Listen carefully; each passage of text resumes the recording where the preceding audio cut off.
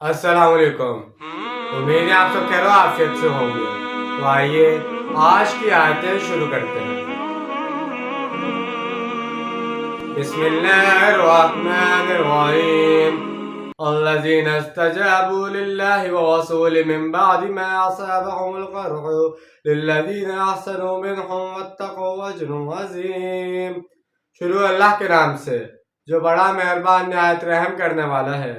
جن لوگوں نے لبیک کہی اللہ اور رسول صلی اللہ علیہ وسلم کی پکار پر، اس کے بعد کہ ان کو چرکا لگ چکا تھا، ان میں سے جو بھی محسنین اور متقین ہیں ان کے لیے بہت بڑا اجر ہے۔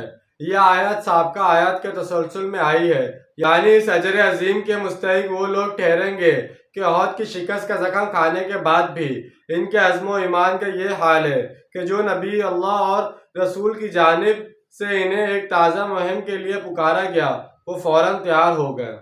الذین قال لهم الناس ان الناس قد جمعوا لكم فاخشوهم فزادهم ایمانا وقالوا حسبنا اللہ ونعم الوکیل۔ یہ وہ لوگ ہیں جن سے لوگوں نے کہا کہ تمہارے خلاف بڑی فوجیں جمع ہو گئی ہیں، بس ان سے ڈرو، تو اس بات نے ان کے ایمان میں اور زیادہ اضافہ کر دیا، اور انہوں نے کہا اللہ ہمارے لیے کافی ہے اور وہی بہترین کارساز ہے، اسی کا سہارا سب سے اچھا سہارا ہے۔ چنانچہ یہ لوگ بے خوف ہو کر مقابلے کے لیے نکلے۔ فَانْقَلَبُوا بِنِعْمَةٍ مِّنَ اللَّهِ وَفَضْلٍ لَّمْ يَمْسَسْهُمْ سُوءٌ وَاتَّبَعُوا رِضْوَانَ اللَّهِ وَاللَّهُ ذُو فَضْلٍ عَظِيمٍ۔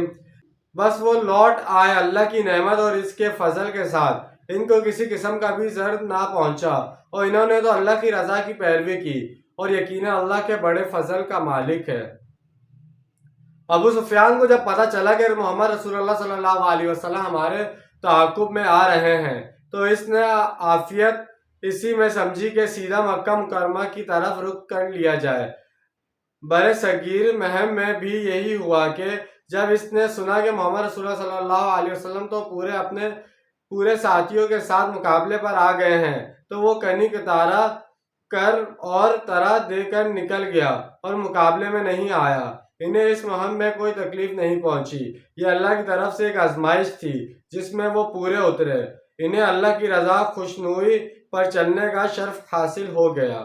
انما ذلکم الشیطان یخوف اولیاء فلا تخافوهم وخافون ان کنتم مؤمنین۔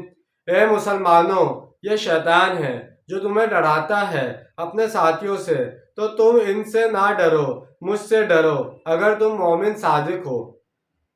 وہ تو چاہتا ہے کہ اپنے ساتھی کفار یعنی حزب الشیطان کا خوف تم پر طاری کر دے۔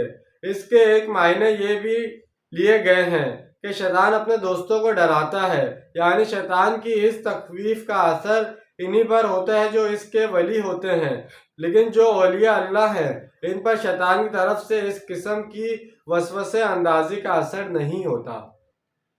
تو جیسے کہ آج ہم نے چند آیتوں کا ترجمہ اور تفصیل بیان کی ہے، امید ہے آج کی ویڈیو آپ کو پسند آئی ہوگی اور سمجھ میں آئی ہوگی۔ ملتے ہیں اگلی ویڈیو میں۔ اپنا ڈھیر سارا خیال رکھیے گا اور اپنوں سے زیادہ دوسروں کا خیال رکھیے گا۔ جب تک کے لیے اللہ حافظ، فی امان اللہ۔